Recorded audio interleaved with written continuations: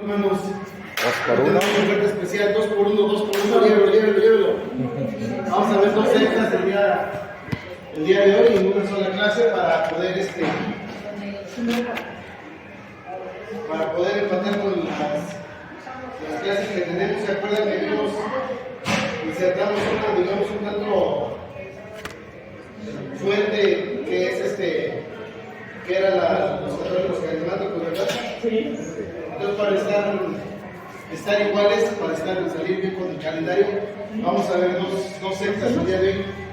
Perfecto. Aunque ya lo había visto, en este tipo de sectas no es muy importante lo que ellos digan o lo que ellos crean, porque al final de cuentas, como le decía yo a un hermano, pues la trance es la misma. La secta de la luz del mundo y la secta de Pare de Sufrir, no es lo que ellos creen, sino lo que en los escándalos y las controversias que se han metido ellos, ¿no? Tengo preparado un video, es un poco largo, pero nos va a ilustrar bastante. Vamos a empezar con la luz del mundo. La luz del mundo fue fundada por Eusebio Joaquín González, quien nació en 1896 en Colotlán, Jalisco, de una familia de escasos recursos. Durante la Revolución Mexicana se unió al ejército constitucionalista y luchó contra los rebeldes. Salud, hermano. Contra los rebeldes desde 1915 hasta el final de la guerra en 1921.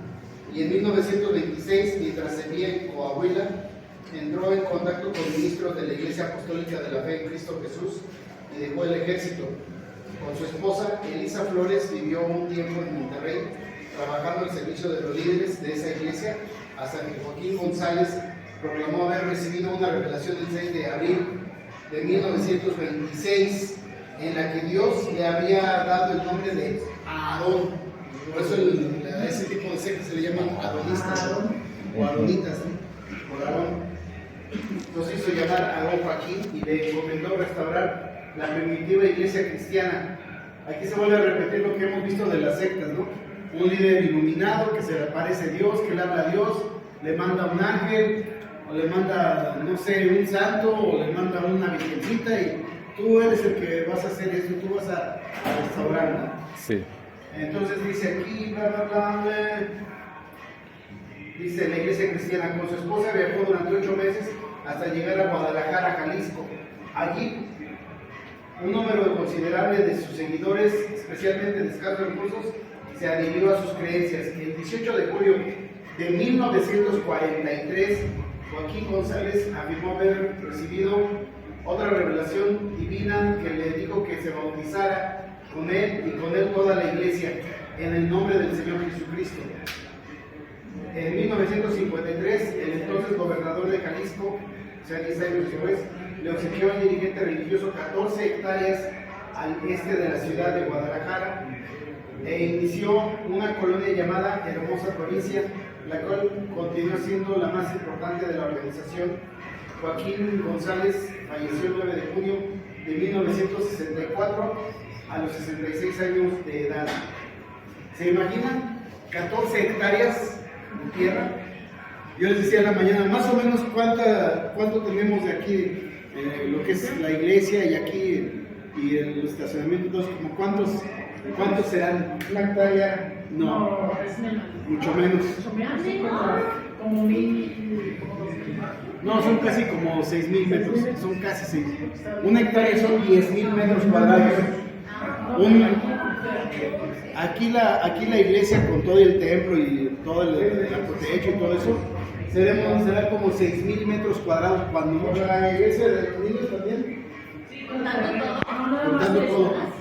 Sí, no es, o sea, les digo para que se den una idea de lo que es una hectárea. Ahora, ¿se dan una idea de lo que son 14 hectáreas? Es muchísimo. Si lo hicimos en un cuadrado, es un cuadrado de 100 metros de ancho por 1 kilómetro 400 de largo. Esos son 14 hectáreas. Y eso es lo que recibió Aarón Joaquín allá en Guadalajara. Como yo siempre digo, ¿verdad? Yo soy chilango, pero me fui a vivir a Guadalajara a la edad de 15 años. También me considero tapatío. Muchos piensan que yo soy tapatío, ¿no? Y sí me considero como tal, ¿no?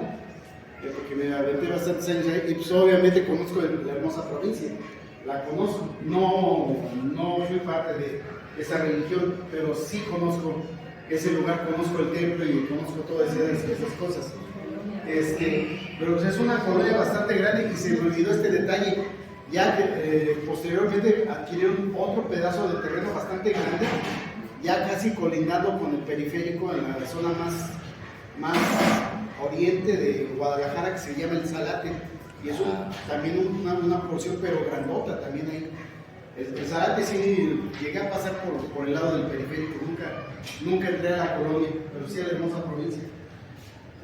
Cuando yo me fui a vivir a Guadalajara, tendría yo como unos 14, casi 15 años, no pude seguir estudiando por obviamente el cambio, y en lo que yo entraba a la secundaria en aquel tiempo, me dediqué a trabajar asando pollos en un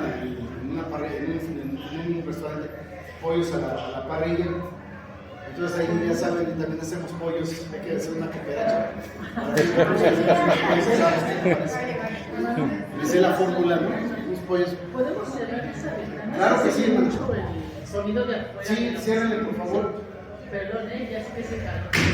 Es que se calor. Ah, ok. Entonces, en el restaurante donde yo trabajaba, me hicieron como una especie de puesto y me mandaron allá a la hermosa provincia a trabajar porque la festividad de ellos también es en agosto. Ellos celebran el cumpleaños de su apóstol y la Santa Cena. Viene gente de todas partes del mundo. Esa colonia se llena, pero literalmente llenarse se llena. De hecho, yo vi que había gente que hasta dormía en la calle, en el piso, ponían sus cobijas a dormir ahí. Había edificios que hospedaban a los ¿cómo se llaman? A los peregrinos, por decirle de alguna manera, para estar ahí en la festividad. Y sí es algo pero bien tremendo. Es otro dato que se me olvidó. Ellos tienen ahorita lo vamos a ver, ellos tienen un poder político bastante fuerte. Se llegó a decir que en aquel tiempo ellos ponían y quitaban senadores, diputados, tenían gente que estaban, ellos estaban coludidos en aquel tiempo con el PRI, actualmente con Morena. Como digo yo, todos los rateros del PRI se pasaron acá al Morena, todos, están igual. Entonces, perdón si piso callos, pero es la verdad.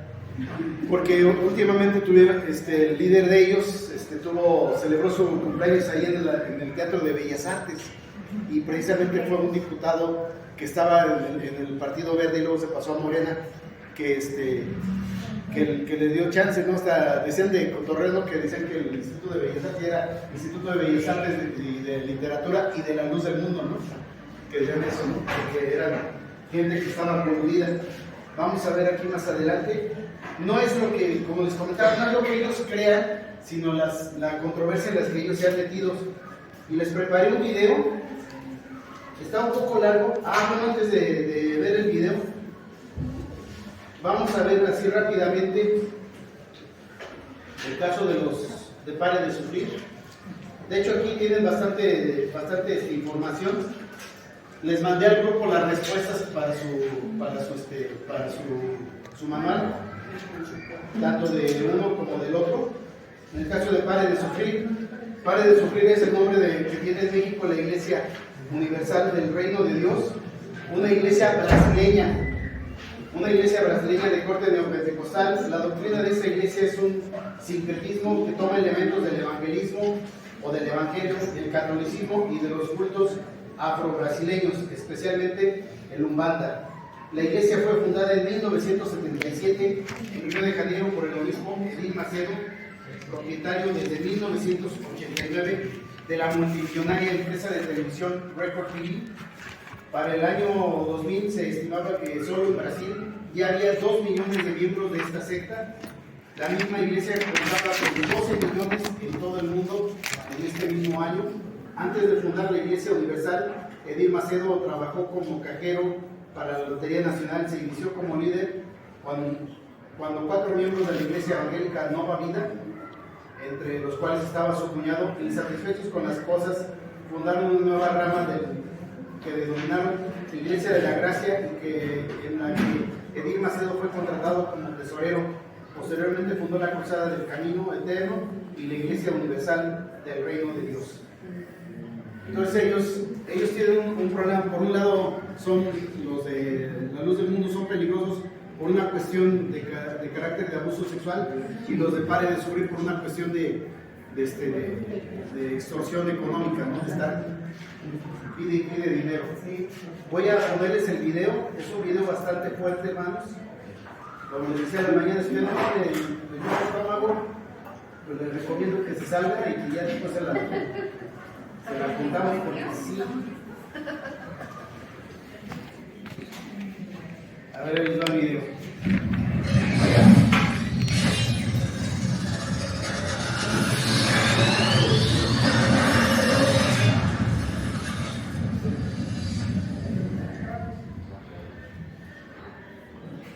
Veamos con otras cosas. El líder de la Iglesia de la Luz del Mundo, Nazón Joaquín García, fue presentado hoy ante la Corte Superior de Los Ángeles, donde escuchó las acusaciones en su contra, gravísimas por cierto, presuntos delitos relacionados con abuso sexual y pornografía infantil. El juez le fijó una fianza de $50 millones. Mientras, aquí en México, los voceros de la Iglesia o de esta Iglesia confiaron en la inocencia de su líder espiritual. Información de Elizabeth Mami y de Saray Méndez. Con la mirada baja y sin afectar, Nazón Joaquín García fue presentado esta mañana ante un juez de California para responder por las acusaciones de pornografía infantil, actos lascivos con menores, tráfico de menores y violación. These aren't even people, kids, minors that are under the age of 14. We're talking about ages of 14 to 17, stat rate type charges, and no buying, no weapons. $50 million is unreasonable. I believe that setting it. Lo voy a poner aquí. ¿Vieron la fianza que le pusieron? $50 millones en pesos mexicanos. ¿Cuánto sería? 1,000 millones de pesos fue la fianza. Y le preguntaron al juez, ¿por qué pusiste eso? Dice, porque si le ponemos una fianza como a los demás delincuentes, de qué de $100,000, fácil la paga. Hacen la vaquita entre toda la bola de sus feligreses y fácil la paga y mira, se pelan. Entonces lo hicieron a propósito para que no se pelara y poderlo juzgar. Es culpable, pero por supuesto que lo es. ¿Ok? De acuerdo con la acusación distribuida por la Fiscalía del Estado de California, Nazón Joaquín García y 3 mujeres identificadas como Alondra Margarita Ocampo, presentada también en la Corte, Azalia Rangel Meléndez y Susana Medina Oaxaca, habrían participado en delitos sexuales presuntamente cometidos contra al menos 4 mujeres menores de edad, a quienes en el documento se identifican como Jane Doe 1, 2, 3 y 4. Los hechos ocurrieron en distintos momentos, entre junio y julio de 2015 contra una de las menores, y entre agosto de 2017 y abril de 2018 contra el resto. El documento detalla que Alondra dirigió a una de las menores denunciantes, junto con otras, a realizar bailes seductores para Nazón Joaquín García. A esta misma menor, según la acusación, entre agosto de 2017 y febrero de 2018, el propio religioso la abrazó, besó e intentó tocar su vagina. También se detalla que Alondra Ocampo envió un mensaje a 3 de las menores agraviadas, diciéndoles que el siervo de Dios sería feliz si le hicieran llegar fotos de ellas desnudas. En otras comunicaciones, les dio instrucciones sobre cómo tomarse las fotos, por ejemplo, usando uniforme de colegio. Ocampo también habría llevado a 3 de las acusadas a un hotel en Los Ángeles en enero de 2017, donde debieron desnudarse, tocarse mutuamente y remover crema batida de sus cuerpos. Finalmente, en la acusación se indica que al menos en una ocasión, entre 2017 y 2018, Nazón Joaquín García agradeció a 3 de las menores agredidas las fotos que recibió. Confía en que su líder es libre de todos esos casos y que su trayectoria es libre. El fanatismo, hermanos. Sabemos, ¿Está el fanatismo? completamente seguros que es inocente. Tanto en el templo principal de la Luz del Mundo en Guadalajara como en la Ciudad de México, integrantes de la Iglesia intensificaron sus jornadas de oración y descalificaron las acusaciones contra su líder. Eres una persona amorosa, eres una persona respetuosa, eres una persona que cuando te saluda te da de felicidad. Hoy te puedo decir que si algo bueno hay en mi vida es gracias a la enseñanza que él daba. El apóstol de Jesucristo es un hombre íntegro, recto, honorable, amoroso, en toda la extensión de la palabra. Representantes de este culto, que tiene al menos 5 millones de seguidores en 58 países, señalaron que la acusación es una calumnia que pronto será desestimada por la justicia de Estados Unidos. Estamos dando la cara precisamente porque consideramos que estas acusaciones son difamatorias y están calumniando a nuestro director internacional. La Iglesia jamás va a parcelar, como lo hacen otras denominaciones religiosas, a ninguna persona. Quien cometa algún ilícito tendrá que responder de manera directa ante las autoridades. A ninguna persona se le va a solapar ni se le va a parcelar. Llámese como se llame.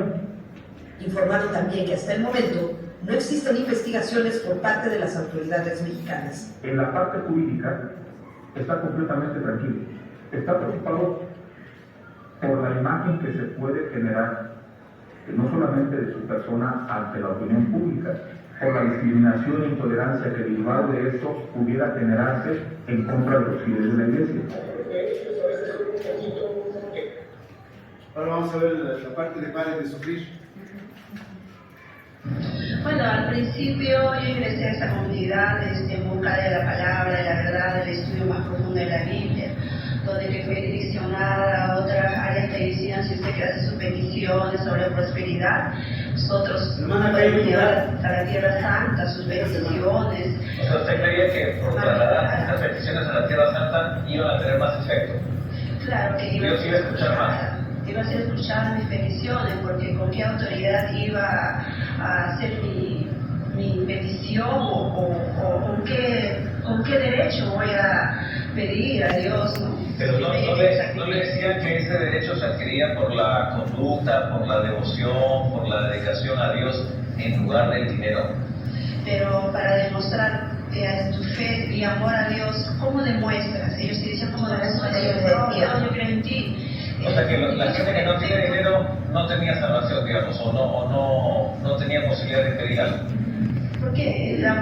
¿Con qué autoridad pedirías a Dios tu sanación, tu prosperidad, si tú no has sacrificado todo eso que pedirías? Claro, y usted dio mucho dinero, ¿cierto? ¿Qué cantidades y de qué manera? Mira, durante el periodo de 10 años que estuve, ha sido periódico, o sea, de cada año, que hacen 2 veces al año la campaña de Israel, y aparte que te piden, te entregan sobres con propósito de cada reunión, martes de sanación, viernes de liberación, y los domingos que se tenía que entregar los diezmos, y los lunes empresariales, que ellos realmente sabían quién era empresario, quién era comerciantes, te invitaban realmente. A mí me han realmente he sentido la presión de estos pastores que me venían a visitar a mi negocio. ¿Cómo era la presión? Cuéntenos, por favor. Iban a visitar a mi negocio, cómo va, cómo es que está prosperando, cuánto es el ingreso. Tenían datos contables. Datos, fotografías, mi fotografía, que iban a hacer oraciones. Dice, qué pena das, mujer, luchando contra un gigante, si sigues... Ahí está. Ahí. Un poquito más arriba. Ahí está. Ahí yo no puedo leerlo.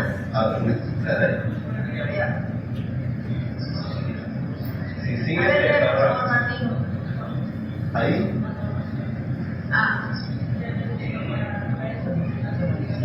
Sí, se puede ver ahí. Si sigues te embarramos, ¿no? Si sigues te embarramos, exacto. Sigue bajando. Es sencillo aplastar.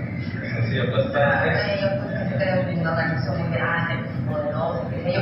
Y tantas veces que los han denunciado, tantas veces que han iniciado un proceso, que han pedido la fiscalía, y después se archivan, hay mucha plata por medio, así que atención con lo que está pasando, ¿no? No, mañana le sacaron todo el dinero a... Y realmente a todo esto le diría que tengo por mi vida. ¿Y cómo no? Claro, no puedo, bueno, ahora hecho público ya es difícil. No puedo trabajar, aparte que me han dejado en la ruina, claro. Encima no puedo ni movilizar ni poder hacer nada. Está tremendo, ¿verdad? Está tremendo. Por un lado, el abuso sexual, Y por el otro lado, la cuestión económica, ¿verdad? Van con la gente, tienes un negocito, a ver, déjame orar por tu negocio, ¿verdad? Igual orar por tu negocio es sacarles toda la información posible para que en el momento digas, es que no tengo, no, ¿cómo no? Si tú tienes un negocio y ganas tanto, mira tus mismos libros, ¿verdad? Entrado, no sé, 5,000 pesos, tienes que caerle con 500 por lo menos. Al mediodía estaba aquí la hermana Norma Torres, no sé si la conocen. Ella cuenta que su papá tuvo la experiencia de que cuando ellos estaban buscando de Dios, que estaban pasando por una situación económica bastante fuerte, su papá, el hermano, ay, se me fue el nombre, creo que era Enrique, se me fue el nombre de su papá, yo lo conocí, pero se me fue ahorita el nombre, fue y buscó y llegó a esta iglesia a pare de sufrir y estuvo ahí en la reunión y que no, que mira que Dios te va a bendecir. Y él quiso donar 200 pesos y se formó en la fila.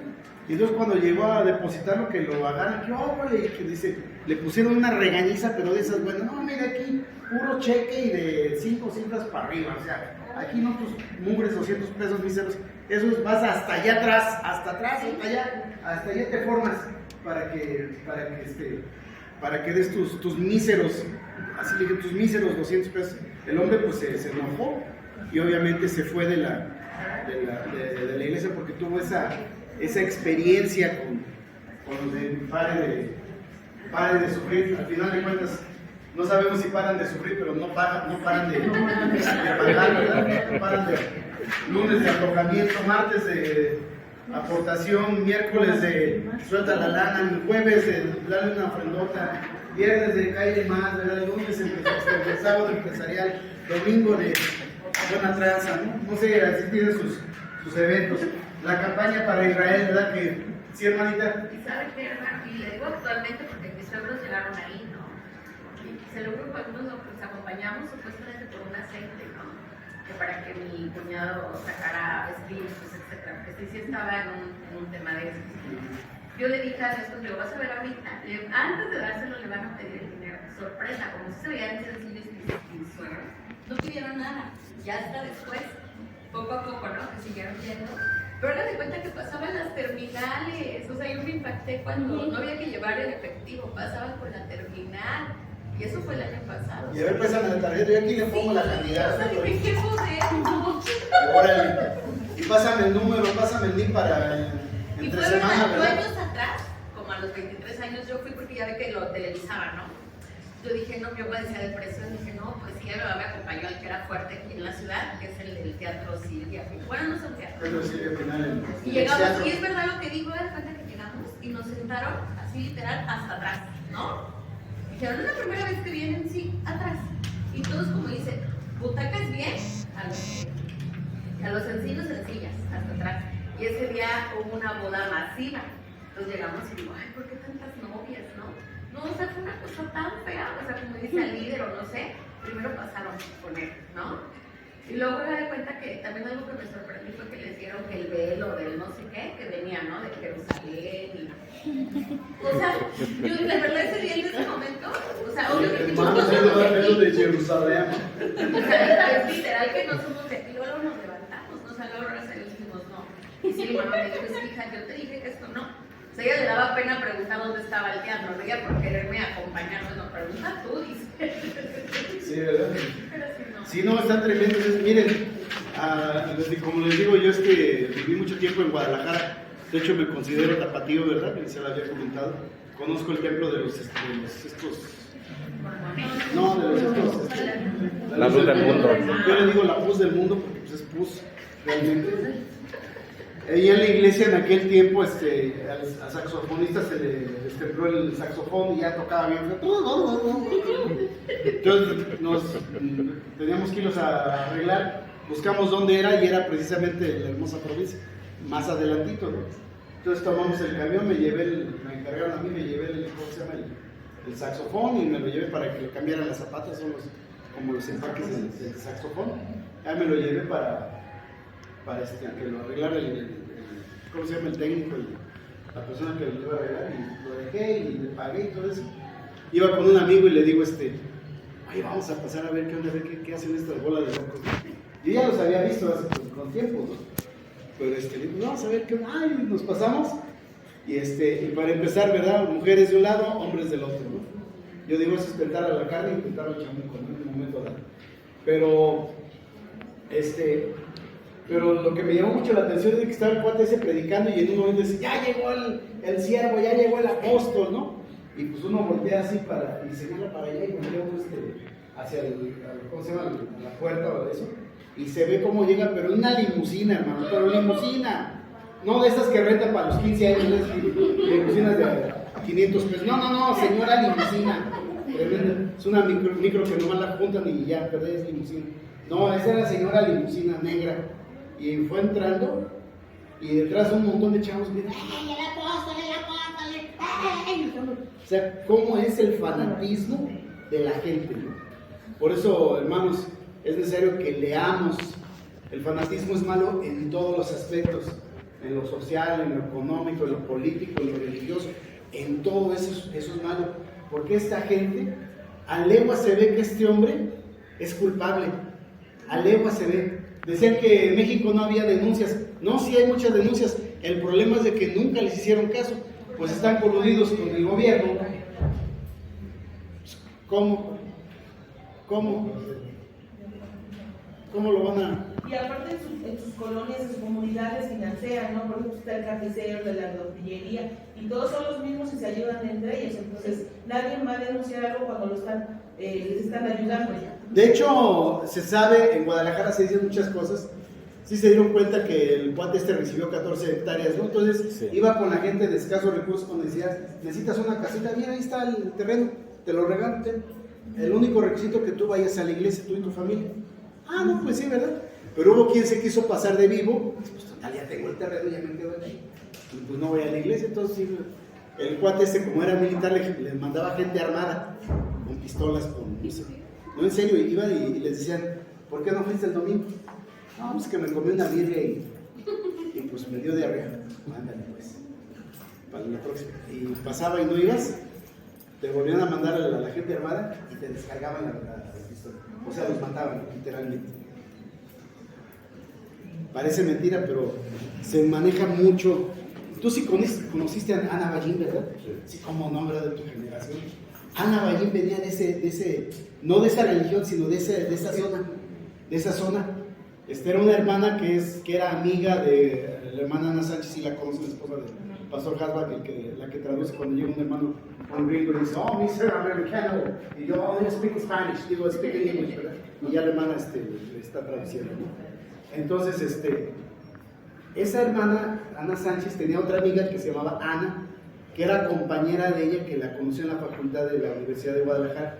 Ella de profesión es odontóloga, la conoció, le compartió de Cristo y la llevó a la iglesia, y venía de esa zona. Ella era la que nos contaba precisamente todo eso. Dice, es que se sabe que ahí por la hermosa provincia que el cuate les mandaba gente armada, y no ibas a la iglesia, pues te descargaba la ametralladora o qué sé yo, ahí te dejaban. Pues total, a gente con necesidad hay mucha, ¿no? ¿Sabes qué? Mira, aquí vivía un cuate, pero pues no quiso ir a la iglesia y se murió. Se murió, ¿verdad? Entonces, para que no te pase lo mismo, tú sigues. Y por eso las siguientes generaciones son igual de fanáticas. Sí, porque como vienen de esa misma opresión, les estoy hablando de 1953, dice ahí, ¿no? Que fue cuando recibió todo ese terreno, ¿no? Me llama mucho la atención que ellos tienen iglesias, pero no en zonas buenas. No hay iglesia de la Luz del Mundo en Polanco, de Camachalco, o ya de perdiz ahí un lado de Chapultepec, ¿no? La que está queda más cerca es acá en San Lorenzo. Hay una en Iztapalapa, ¿verdad? Pero también en sus tiempos de fiesta, que es en agosto, aportan mucho dinero. No, pues claro. Sí, porque yo conozco personas, bueno, yo tengo un club de nutrición, entonces una persona que tenía panadería dice que aportaba de 20 o 25 mil pesos por cada fiesta. Sí, ¿no? O sea, vuelvo a lo mismo, el fanatismo es bastante fuerte, y es gente que vivía fanatizada, su religión, por decirlo así, gira en torno precisamente del líder, en este caso Nazón Joaquín. Nazón Joaquín es el nieto del fundador. Primero fue Aarón Joaquín, luego fue su hijo, no me acuerdo cómo se llamaba, y luego sigue Nazón, que es el siguiente, es el nieto. Entonces, pues sigue sigue habiendo esa situación ahí. Y ya no saqué el testimonio de las víctimas, tengo el video del testimonio de las víctimas, cómo lo encaran y cómo él así. Y le están diciendo, ¿por qué? ¿Por qué? ¿Por qué? Dice una, ¿por qué? Dice, ¿por qué violaste a mi hija? Si lo único que hacíamos era trabajar para ti. Lo único que hacíamos era trabajar para ti. ¿Por qué lo hiciste y aquel así? A legua se ve que es que culpable, el que calla fuera. Yo habría hecho, no, yo no me metí. A ver, demuéstramelo. Demuéstramelo. Tú nada más demuéstramelo. Tienes evidencia, muéstramelo. Oiga, pastor, y una pregunta, y un ejemplo, ya ve que siguió como de generaciones, ¿no? ¿Cómo? Ya, o sea, dijéramos, como este señor razón, ¿no? Fue por generaciones. Pero un ejemplo, o sea, ellos ya por una contaminación ya espiritual, dijéramos, que él también cayó en lo mismo, o sea, están enfermos obviamente ya, ¿no? En esta parte, pero... Pues decía Nicolás Maquiavelo, el poder corrompe y el poder absoluto corrompe absolutamente. ¿Qué es lo que pasa con esa gente? Tienen el control y tienen poder absoluto sobre sus feligreses y obviamente van a ser corrompidos absolutamente. Sí tiene que ver mucho la cuestión mental, tiene que ver mucho la cuestión espiritual, sí, demasiado, pero también las ansias del poder cometen unas cosas increíbles contra la gente, contra las personas e incluso en muchas ocasiones contra siervos de Dios. Únicamente por el poder, nada más, el poder manejar, ¿no? ¿Dudas o comentarios, hermanos, hasta aquí? Y ya empezó la alabanza, y como siempre se me fue el tiempo. Ahí, discúlpenme. Hermanos,